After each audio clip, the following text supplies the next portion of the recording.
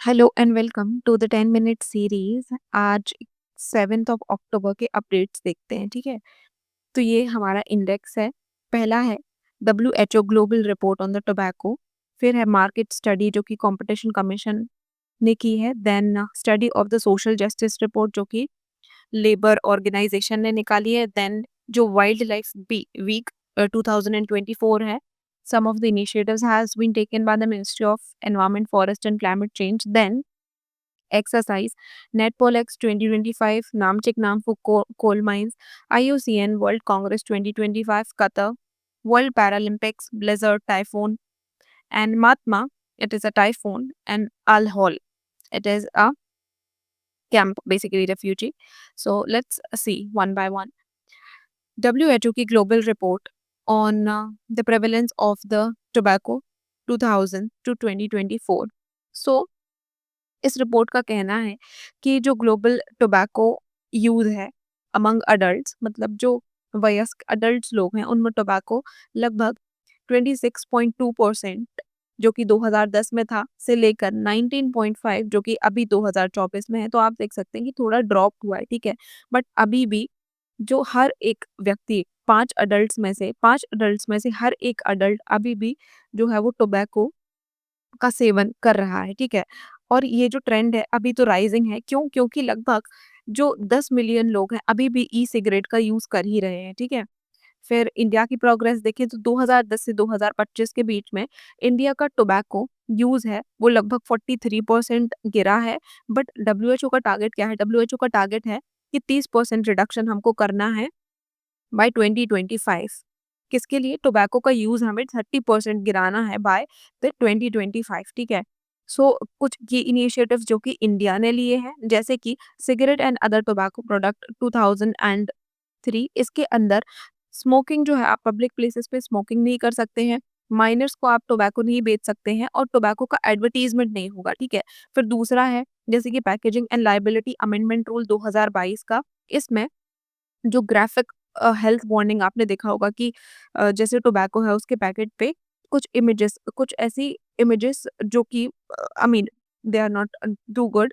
ठीक है, health warning के टाइप से उन इमेजेस को पोर्ट्रे किया जाता है। फिर नेशनल टोबैको कंट्रोल प्रोग्राम चलाया गया जिससे कि अवेयरनेस बढ़े, प्रोडक्शन और सप्लाई जो है टोबैको की वो भी कहीं ना कहीं कम हो। ठीक है, फिर prohibition of the electronic cigarette act of 2019, इससे जो ई सिगरेट्स हैं उनका सेल, उनका यूज, ठीक है, उनका सेल, यूज और मैन्युफैक्चरिंग सारी ही चीजें बैन कर दी गई हैं।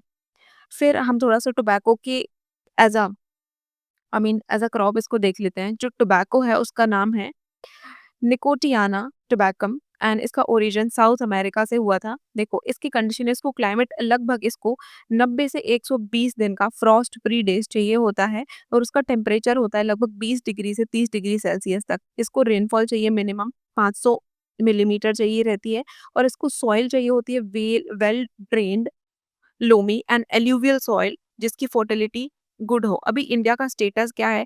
इंडिया जो है वो सेकंड लार्जेस्ट प्रोड्यूसर है चाइना के बाद और सेकंड लार्जेस्ट एक्सपोर्टर है ब्राजील के बाद। फिर मेजर प्रोड्यूसिंग स्टेट्स कौन से हैं? जैसे गुजरात, गुजरात एक मेजर प्रोड्यूसिंग स्टेट है। 30% टोटल प्रोडक्शन टोबैको का गुजरात ही करता है।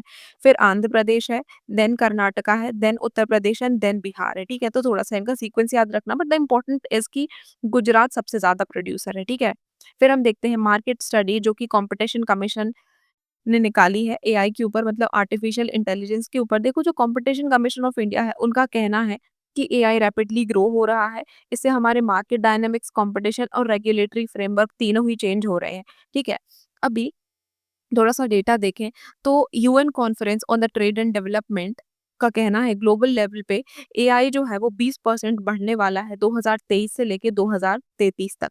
कैसे? क्योंकि अभी 189 बिलियन जो है इतना लगभग it is the cost, I mean it is the you can say the market as of now, but it is going to rise about 4.8 trillion in 2023। ठीक है, अभी इंडिया के केस में देखें तो नेस्कॉम का कहना है कि इंडिया का जो मार्केट है वो 25 से 30%, 25 से 35% एनुअली बढ़ रहा है, मतलब हर साल बढ़ रहा है। और ऐसा कयास लगाया जा रहा है कि लगभग 17 से 22 बिलियन 2027 तक ये हो जाएगा।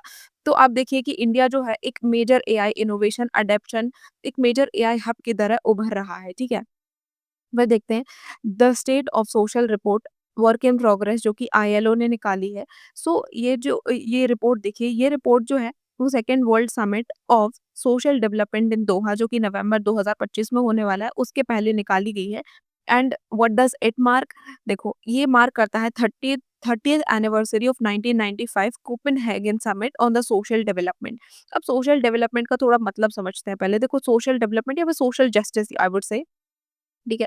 इस सोशल जस्टिस का मतलब है कि सबको अपना मटेरियल प्रॉस्पेरिटी और स्पिरिचुअल ग्रोथ मिलनी चाहिए। हर एक इंडिविजुअल जो है उसको ये राइट है कि वो अपना मटेरियल प्रॉस्पेरिटी और स्पिरिचुअल ग्रोथ की तरफ जाए, ठीक है? उसके लिए उसको फ्री एनवायरनमेंट प्रोवाइड करना, रिस्पेक्ट करना उसकी, उसको economic stability and equal opportunities provide करना, ये होता है सोशल जस्टिस, ठीक है? तो आईएलओ के 4 पिलर्स हैं सोशल जस्टिस के, जैसे कि fundamental human rights and capacities, फिर एक्सेस टू अपॉर्चुनिटीज, आपको उसको अपॉर्चुनिटी देनी है कि वो अपना सोशल जस्टिस जो है, जैसे स्पिरिचुअल ग्रोथ या फिर मटेरियल प्रॉस्पेरिटी को परस्यू कर सके। फेयर डिस्ट्रीब्यूशन होना चाहिए एंड फेयर ट्रांजिशन होना चाहिए। फेयर ट्रांजिशन का मतलब समझ रहे हो कि कोई भी नहीं रुकना चाहिए, no one should be left behind during the social and economic change, that should be the motive. फिर ग्लोबल प्रोग्रेस की बात करें तो जैसे एक्सट्रीम पॉवर्टी हमारी 39% से 10% अभी हो गई है वर्ल्ड वर्ल्ड लेवल पे, ठीक है?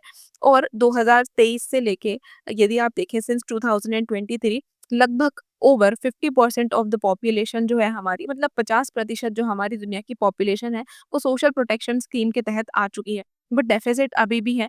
जैसे कि जैसे अभी भी मतलब अभी सिचुएशन ये है कि आप किस सर्कमस्टांसेस में बॉर्न हो रहे हैं, तो वो आपकी 71% ऑफ द अर्निंग डिसाइड करता है। तो अभी आप देख सकते हैं कि Bollywood is the prime example of it, because despite having no और negligible talent, people they are rising day by day, and people those are having extremely, I mean they have a talent but they are not able to cope up with them because Bollywood people they have a exposure to money, so that's why this is like the circumstance of the birth की बहुत ही prime example है, ठीक है?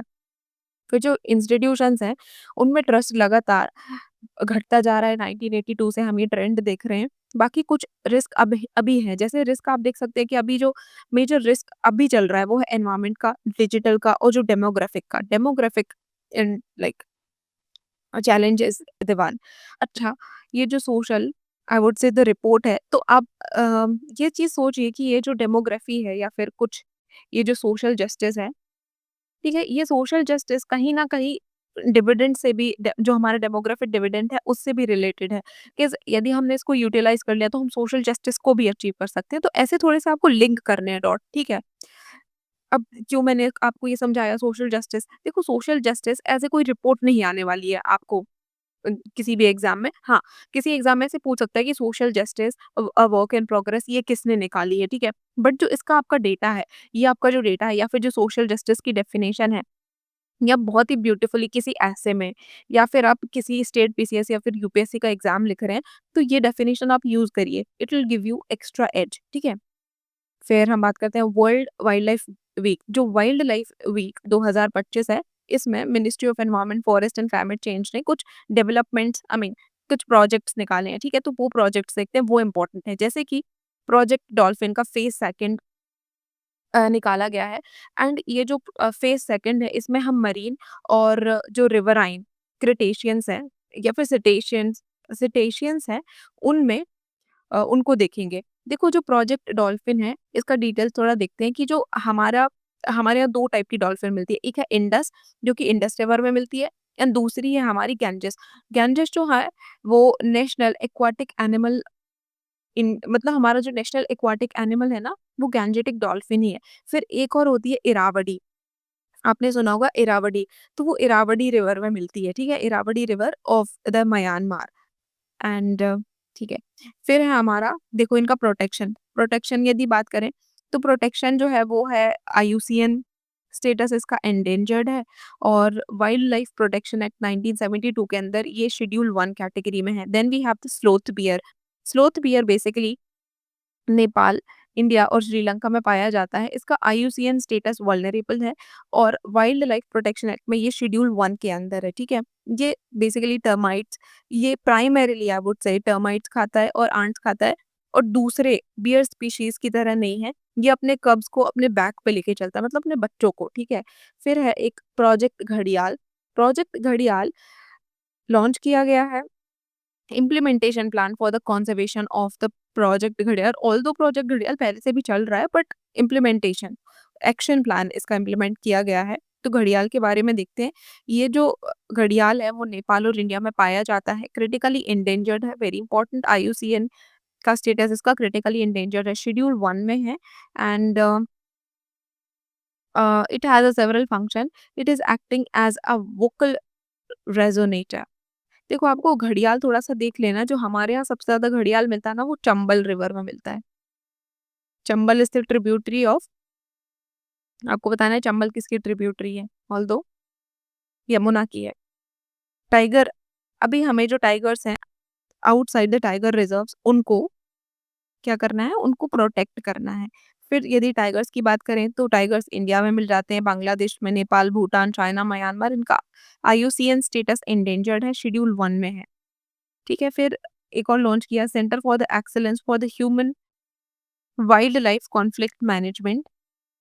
ये एक national centre है basically at the SACON to support the policy, research या फिर फील्ड वेस्ट मिटिगेशन के लिए इसको किया गया है। सो ये याद रखना है थोड़ा-सा कि ये लॉन्च किए गए हैं। फिर एक्सरसाइज नेटपोल एक्स एक्स 2025, ये चेन्नई के ऑफ कोस्ट में इंडियन कोस्ट गार्ड द्वारा कंडक्ट की जा रही है। आई मीन 5 टू 6 अक्टूबर से ये कंडक्ट हो चुकी है और ये इंटर एजेंसी कोऑर्डिनेशन है under the national oil spill disaster contingency plan. इसका नाम देख के ही आप समझ रहे हो कि जो नेशनल ऑयल स्पिल डिजास्टर अभी बढ़ रहे हैं ना, उसकी कंटिजेंसी प्लान के लिए ये जो है एक्सरसाइज हो रही है। और ये एक्सरसाइज किस किस के बीच में है? ये एक्सरसाइज में हमारा भारत है, यूके है और जो शिप्स हैं या फिर जो एडिशनल एसेट्स हैं नॉर्वे के और जापान के, वो भी इसमें पार्टिसिपेट हुए हैं। तो ये एक मल्टी लिटरल मैरीटाइम कोऑपरेशन है। जो हमारे इंडिया है, इंडिया से आईएनएस विक्रांत ने पार्टिसिपेट करा और यूके का जो हमारा, सॉरी, आईएनएस विक्रांत है, पहले देख लो कि ये एक इंडिजिनस एयरक्राफ्ट है और एचएमएस प्रिंस ऑफ वेल्स ये यूके का कैरियर स्ट्राइक ग्रुप है, ठीक है? सो ये थोड़ा-सा याद रखना है कि जो सीडीएस वगैरह के एग्ज़ाम हैं, उनमें ये सारी चीज़ें पूछी जाती हैं।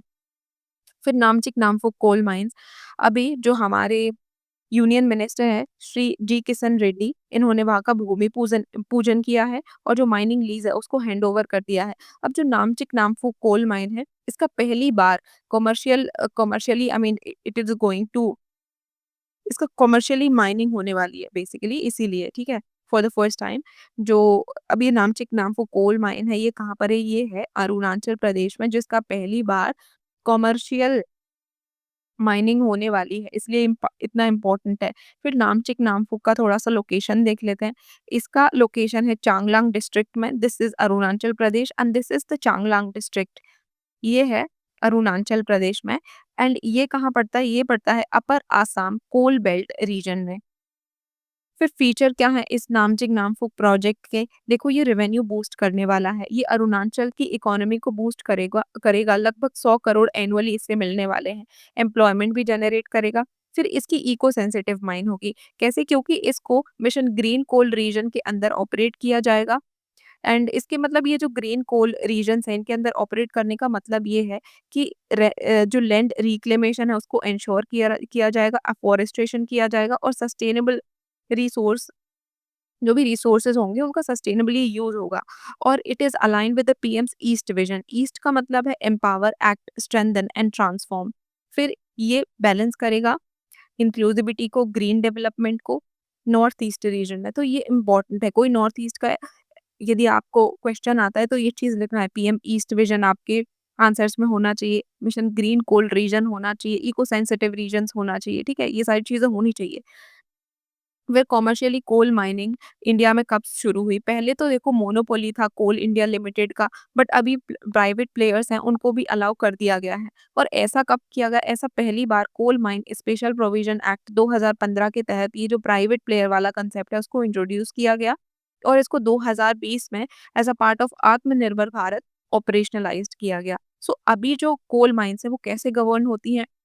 2-3 एक्ट हैं। एक एक्ट है mines and minerals development regulation act of the 1957 and second is the coal mines special provisions act of the 2015।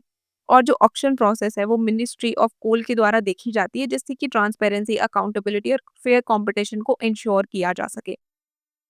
Then IUCN world conservative congress 2025 में अभी हुई है and India will unveil its first ever red list of the endangered species. इसमें India अपना पहला red list endangered species जो है वो अनवेल मतलब कि ओपन करने वाला है। और ये कहाँ होने वाली है? It is going to be in Abu Dhabi UAE. इससे बायोडाइवर्सिटी स्ट्रेंथन होगी एंड ग्लोबल एनवायरमेंट लीडरशिप भी बढ़ने वाली है। सो ये है क्या? ये जो कांग्रेस है आईयूसीएन वर्ल्ड कंजर्वेटिव कांग्रेस, ये एक क्वाड्रेनियल समिट है, मतलब 4 साल में एक बार होने वाली है। आईयूसीएन के द्वारा इसको ऑर्गेनाइज किया जाता है। इसमें civil society, scientist, indigenous communities, private sector एक साथ मिलकर आते हैं, कंजर्वेशन, क्लाइमेट एक्शन और सस्टेनेबल डेवलपमेंट की अच्छी-अच्छी बातें करते हैं। एंड ये वर्ल्ड की largest and most influential conservation policy forum मानी जाती है।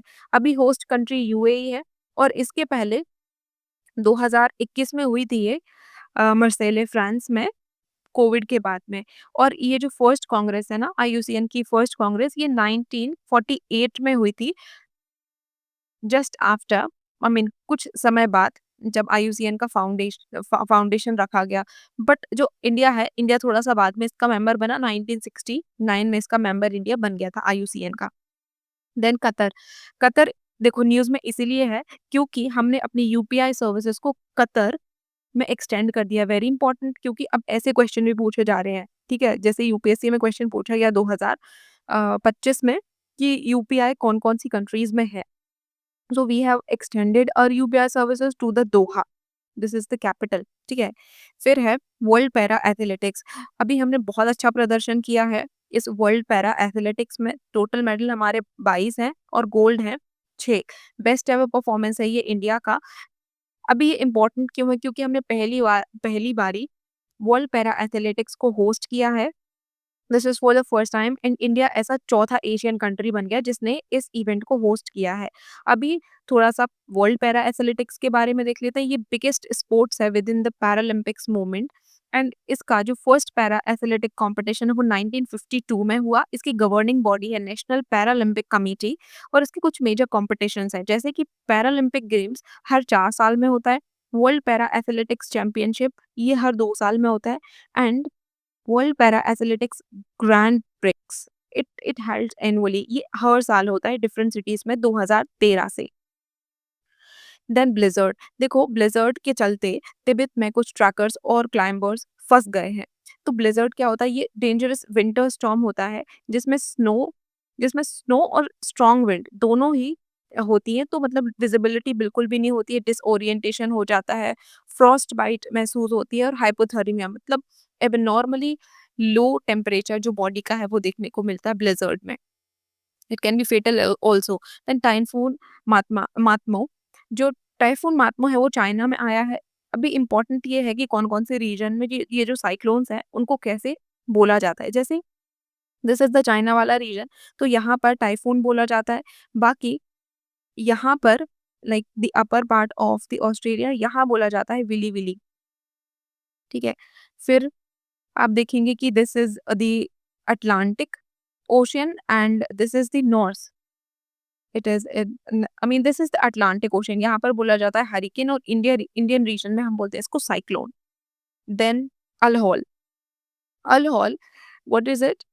It is a refugee camp. This is the Al Hol, which is in Syria. The government of Iran और United Nations office of counter terrorism ने इन दोनों ने मिलके ये decide किया है कि इस कैंप के लोगों को रिपैट्रिएट दिया जाए, रिहैबिलिटेट किया जाए और इंटीग्रेट किया जाए। So this is the rehabilitation initiative by the Iran government and United Nations office of counter terrorism. याद ये रखना है, इसकी लोकेशन अल हॉल, ऐसे आपको पूछ सकता है कि Al Hol has recently seen in news related to what और this place is in which country. ठीक है? तो बोल ये क्या है? ये एक कैंप है जिसका रिपैट्रिएशन हो रहा है ईरान और United Nations office of counter terrorism के द्वारा। Thank you so much. I think आपको ये लेक्चर अच्छा लगा होगा and for more heat the cliff classes videos. Okay, thank you so much.